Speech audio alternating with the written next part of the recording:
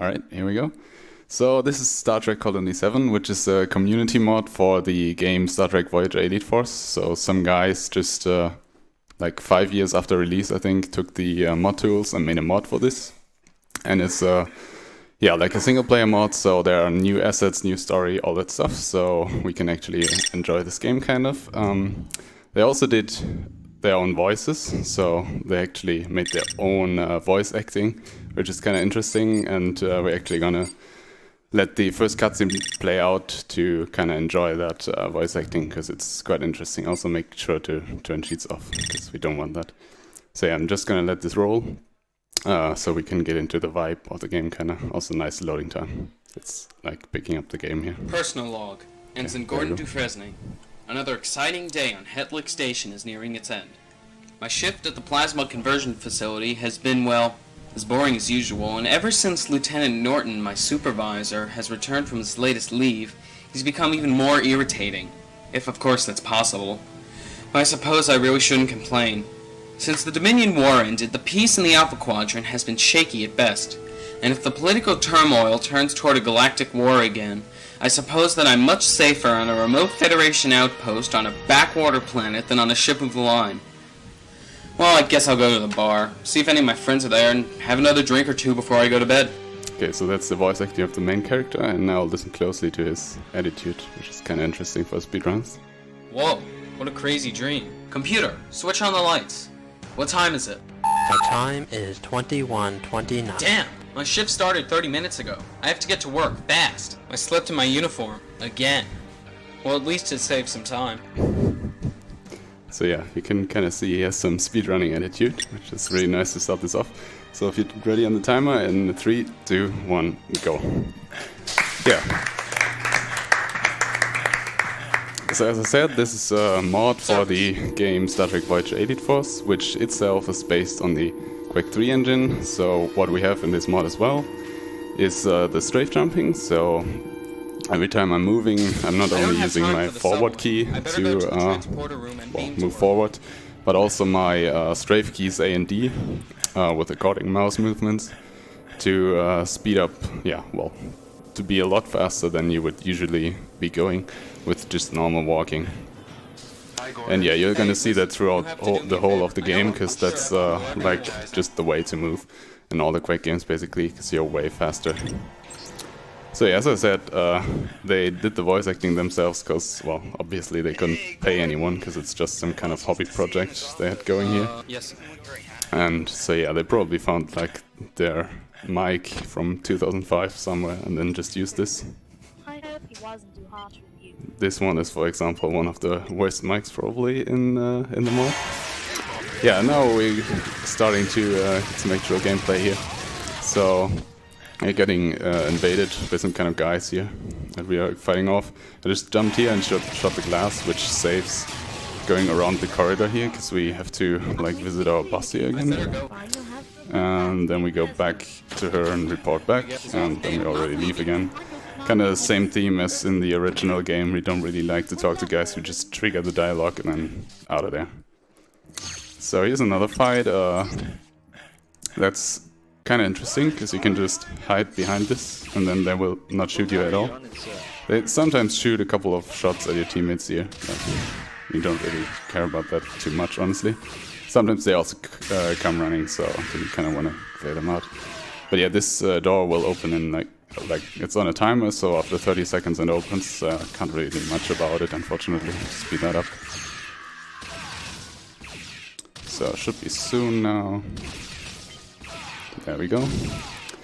And now we're just gonna not care for our teammates. And not sure if you heard that, but he's very excited with some legit voice acting that the door is open. So the next cutscene is also quite interesting regarding the voice acting, so I'm just gonna let it play. No further, human, or your comrade will die. Put down your weapon and surrender.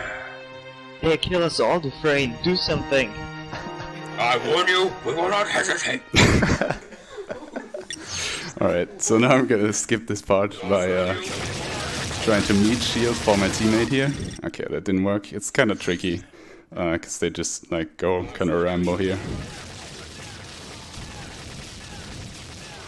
It could work. Yeah, okay, that worked. Nice. So there's like a gas pipe that you're supposed to shoot, and yeah, therefore kill those Klingons, I guess. But you then have to turn off the gas ventilation, and that takes quite a bit of time because you have to like go in a room and turn it off there. So it's way faster to just meat shield for your teammate by kind of standing in front of him and then killing them that way. Yeah, as you can see, it's not that consistent because you really have to be like right in front of him, and even then sometimes they can like find a shot to actually kill him. So there's some fluid coming in here, so it's the girl over there is trying to kill us here. But yeah, we have to do the casual way, which is to just randomly shoot at this for some time, and at some point it will break. And after this we are going to try to catch her, pretty much. If you're too fast there, then it actually soft locks, so I'm gonna wait a bit here. Yeah, that should be good now.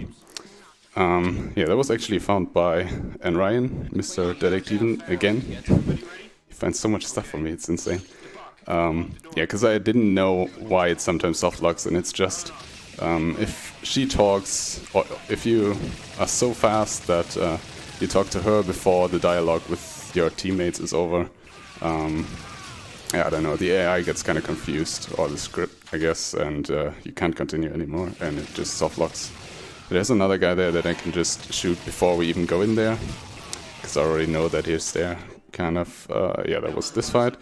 Gonna grab some health here, because this game is separated into 3 chapters, and you actually keep the health between the chapters, even though you switch characters, which doesn't really make any sense, but that's how it is. So I'm gonna try to get my health going here for the next part, basically. You might be wondering why the dialogues like were going over each other, so why they were talking over each other. It's the same thing that we had in the base game as well. So in this game, like in the base game and also in the mod, if you don't have an audio output configured in Windows, then no sounds will play at all, so you can skip all dialogues by doing that. Yeah, so I wanted to show you the nice voice acting, of course. I didn't just want to have the sounds disabled completely. So what I did is, well, using the source port, which I already used for my run of the actual game, that allows me to, well, have the same effect, that the dialogues are skipped, but you can still hear the sounds that are being played. So that's the gist of it. And yeah, now we are done with episode 1. Well, not episode, chapter 1 rather, and we're gonna switch to our second character, which is some kind of secret agent called Ilya. And what's really interesting here is we skipped the cutscene at the start, but for some reason the text isn't skipped, so we get this text right in our face now, which is really annoying to actually play with. But I guess you can read up on some more lore if you want to. Yeah, I'm not sure why that happened, but... I'm too lazy to read. Can you please read it out loud? No. Okay, yeah, so here we're trying to find like a guy who has some information for us. Because like I said, we're like a secret agent and we're trying to investigate something here. And we have to prove that we're her friend by this kind of puzzle. You have to choose the correct weapon, but actually you don't have to choose the correct weapon. You can choose any weapon and it just works for some reason. I don't know why. Probably kind of forgot about that or something. I don't know. So here's some nice chain that we can do. Dude, it's really dark in here. Okay, never mind. That was pretty good. There's like a cutscene there that I skipped, which kept my momentum. Because the cutscene trigger, it doesn't stretch throughout the entire width of the corridor, basically. So I went to all the way to the left, and that made it so that I could avoid the trigger there. So this guy is supposed to open the door here. He sometimes likes the soft lock. So, okay, that looks good to me. Yeah, should be good. Yeah, okay. So now we're gonna meet our friend here. Well, friend, I don't know, but the guy who has the information. And yeah, then we are pretty much out of this level already again. Which, by the way, has some really nice design in my opinion. Especially if you think about that this is just some kind of hobby project like community mod, whatever. It's really nice. Yeah, in this canyon, you try to go as fast as possible, again with strafe jumping. Quite annoying is that you have these slopes here, so you can sometimes get stuck, especially on those upward slopes. And also that there are enemies here, yeah, that you don't want to run into, preferably. It's going decently well so far. Then we're almost there. Okay, I lost some speed at the end there because I went too far on the upward slope, pretty much. Okay, and then dropping in here, and these crystals are actually the things that the story is kind of about, because the bad guys kind of use them to build some kind of world-ending, universe-ending machine, whatever thing. And yeah, we're trying to infiltrate the base, pretty much. So the next part is going to be some kind of stealth part. So yeah, we're trying to not get noticed by any enemies. What a charming smell I've discovered. I might be able to I'll have to find a way to drop down here with the 47. Yeah, I think it should be good. So I can skip some swimming here. Yeah, by dropping on the actual ground instead of into the water. If I would have been a bit lower, I would have had to drop into the water to avoid fall damage. Yeah, just gonna hit a few buttons here, and then so yeah, we're in this space now that we're infiltrating. So we want to be kind of stealth, and there's an interesting skip here coming up. So basically, I'm gonna kill these two guys here, and the screen is gonna fade black because we got discovered. But because, well, I killed both of them, nice. No one could really discover me. I got it first try, which is really nice as well. And yeah, because there was only one... come on, get up here. Okay, thank you. So yeah, to explain it again. Dude, what? Okay, thanks. Yeah, I killed both of them, so that no one was really there to detect me, I guess. The thing still turned black, but I didn't game over. Usually you're supposed to game over, but because I killed both of them, I didn't game over. And in this black screen, yeah, you can kind of still walk around, but you don't really know where you are. I kind of know where the buttons are though, and there were also like these HUD things that kind of helped me so I could hit the two buttons that I needed, and then I went into the cutscene, and after that the fading to black was kind of over. So now we are still in some kind of stealth section here. And this one I can't actually skip, so I have to like really wait for them, because I don't really have a weapon. That's kind of the problem here. How did he not see you? Yeah, he is kind of blind, I think. It's kind of well made though, like the stealth detection stuff. They don't really see that well, but at least they hear quite good, so you gotta be a bit careful with that. So yeah, unfortunately I can't skip this, so I really have to play this like a casual would. So he's gonna turn around now, and then I can just go past him.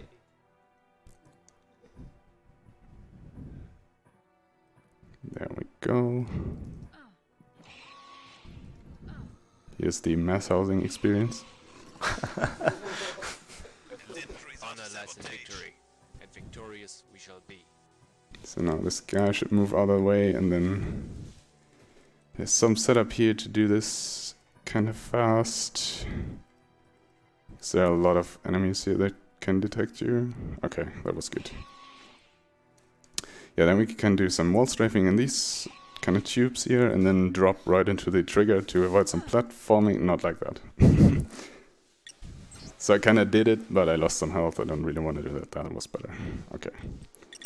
So again, more tubes, so more wall strafing, which is basically pressing forward and the strafe key, which goes into the direction of the wall, which is a little bit faster than just walking around. So on this flat wall, for example, I'm holding my A key to go to the left as well. There's a small little jump you can do here by well, jumping on this railing and then instantly crouch jumping, which I'm not really getting this time. Okay, there we go.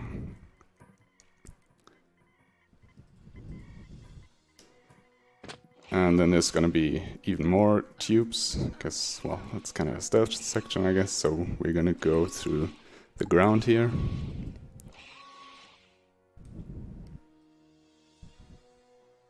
So yeah, I heard that mashing the keyboard fast, I saw that at the Human Revolution run. It seems to help a bit, so let's try that as well, I guess. Probably saves like 1.5 frames. Alright, so here I have to hit this button here. And then there's gonna be more interesting dialogue coming up, which is probably the worst voice acting line I've ever heard in my entire life. Babette, you calibrate the coolant flow, while I keep an eye on the energy output. Pretty good stuff. It's like the main character's little brother with his Yeah, probably. headset microphone from 1999. Okay, so that was chapter 2, and now we're back as playing as Gordon in the 3rd chapter. We hit this control panel here, and then somewhat strafe jumping. Kind of low on health here, actually. But yeah, as you could see, I took the health that I had with Ilya, so the other character, and have it with Gordon now, which really makes a lot of sense. Kind of like the mood here with the blue fog. Looks kind of nice. But yeah, I would have preferred to have like more health here, because I need to like drop down here now into this shuttle. Okay, yeah, that's still good, but I'm gonna take the health here. I have to hit these kind of custom buttons that I made. I'm not sure why they wanted to have those own buttons there. They're kind of weird, honestly, but...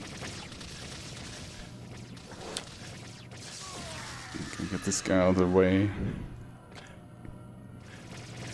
And then we're almost done with this map here. There's some trap coming up, or some kind of trap, where the things will fall down, but if you know where you want to go, then you can just jump on that one plate that actually doesn't fall down.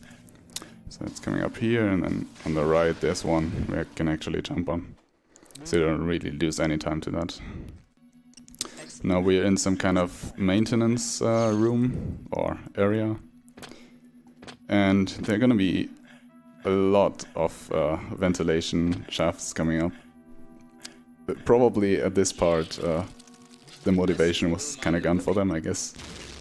So yeah, this area is kind of monotone, I guess. And with a lot of ventilation things, which I guess are kind of easy to make. So yeah, here's the first one, and it's really long. But yeah, it's kind of nice because you can still do the wall strafing, so at least you have some speed tech here. Nothing really demanding though. Yeah, and then at the end we're gonna sometime finally go into the room. Always surprises me how long it takes. There we go. And then shoot that thing out of the way, and then we're out of here again. Oops. I could jump over this hole here. Okay, it was pretty close. And then we're gonna go into another area, and here for some reason they decided to mix things up, and now they have these weird things at the top, which I actually can't really strafe jump which is pretty annoying. And also they have these new vents in which there are like these side things, and they avoid me from wall strafing. So I don't know why, but they really made this level kinda speedrun unfriendly. But luckily it's almost over already. So just have to hit these two buttons here and then do some kind of stupid jump. Yeah, the ladder is really annoying there sometimes. Oh, I guess that works. And there's also, so we're dropping into the next level now, and there's like a forced jump here where you always lose health, which is a bit annoying. Now here's some kind of thing where it drops down here. Nice, actually got the first try. Yeah, pretty good. So the timing there is kind of precise. You have to like crouch at a pretty exact timing to avoid falling down there. It's frame perfect, I've heard. Yeah, absolutely. No one has ever looked into it, but it has to be frame perfect at 90 FPS, of course. Also, yeah, the drop I did is pretty fast. You don't have to really wait for all the fans there to drop down slowly. You can just drop down all the way. And yeah, that finishes this level, and now we are onto some more interesting levels again. So we're playing as Ilya again, and we kind of joined forces with Gordon, which you would have seen in the cutscene. Yeah, and coming up is a pretty difficult skip, which saves like 2 rooms. So first of all, to set this up, I'm gonna go all the way here and then jump kind of backwards. And then I want to land on those 2 pipes that you maybe saw there already. That was really close, for example. So I need to go all this way up to actually gain the speed to be able to get there. And then the problem is kind of, because I'm so fast, I have to kind of get stuck on them to not fall down again. So that's the plan here. Yeah, it might take me a couple of tries here. It's really not that easy. Yeah, that's good. And then I can crouch jump up on the railing, and thereby I skip a couple of levels. So I can also drop down on the side of this elevator to skip waiting for it. And coming up now is some kind of bridge. So, well, there's like a gap, and you're supposed to build a bridge there with like 4 platforms. But it turns out you can actually skip them entirely by going on these weird things on the side here. That was kind of bad. Okay, never mind, it worked anyway. And now this is kind of random. I got it first try. That's really cool. And there's another circle jump you have to do over here, and now we skip the entire bridge. So yeah, it would take a lot of time to kind of build that bridge there with the 4 platforms. There are like 4 buttons that you have to press. The strat before I found this entire skip was to get, I think, 2 or 3 of those platforms and then jump over the rest of the gap with a straight jump. But yeah, it's faster to just not lower any of those, or well, build any of those platforms at all. And then we are kind of at the end of the Ilya section again, and then we're gonna switch to back to what was the other guy called? Gordon. Gordon, thanks. I totally forgot for some reason. And then we jump here down into this gravity thing. So yeah, what I'm trying to do is, when I'm outside there, I have low gravity, so I'm trying to jump into the low gravity from higher gravity to already have some momentum build up to the bottom, which worked kind of fine the first few tries, and I have, I think, yeah, 2 more chances for that. Okay, so there I kind of got blocked by the ground on the bottom, so it didn't really help at all. And then that's the last one here. I think that works. I'm not that sure on that. Yeah, and then you can also skip an entire thing here, which is just crouch jump. It looks really simple, but it skips like 2 rooms. And then you have this weird platforming section, which I totally failed. GG. Yeah, alright, that was pretty slow, but anyway. And then we're coming up on fighting our boss, Norman, because he turns out he's kind of a bad guy. And yeah, it's a very interesting fight, because he's dead. So there's Ilya, she's the other character, and now we're fighting the actual bad guy, I guess, which was the Klingon woman who already tried to kill us back in the room there. You can skip this elevator by dropping down here. And then you can skip here by doing a crouch jump. And now we have to destroy, well, turn off 4 of these generators here as Gordon. And yeah, so that was the first generator we had. Just gonna try the second one here, and well, there are a lot of enemies here, but we don't really care about them. You can just ignore them pretty much. Just want to be careful to not like go into the light in there, because that actually does quite some damage. So yeah, that's the last generator. Then I have to go onto some kind of elevator here. And then there's a cutscene in which Gordon kind of gets hit by some lightning, so Ilya has to take over. And with her we are actually gonna do the final boss fight here. So we're jumping on this platform. And then there's some kind of stupid cycles that get triggered by her, well, receiving enough damage. So first of all we're gonna shoot with the phaser and switch over to this weapon with the secondary fire, shoot 4 times, go back to the phaser, and that should be enough to trigger the second phase, at least after some time. Yeah, but it wouldn't make sense to shoot her for longer because she just runs away at the same time anyway. And then the second cycle is gonna come up here, where she's gonna run over, and we're gonna do pretty much the same thing. So shoot her with the phaser, then switch over, try to not miss. Yeah, and now time is coming up. I'm gonna drop down to this doomsday device, whatever, and We did it, Gordon. It's powering down. time.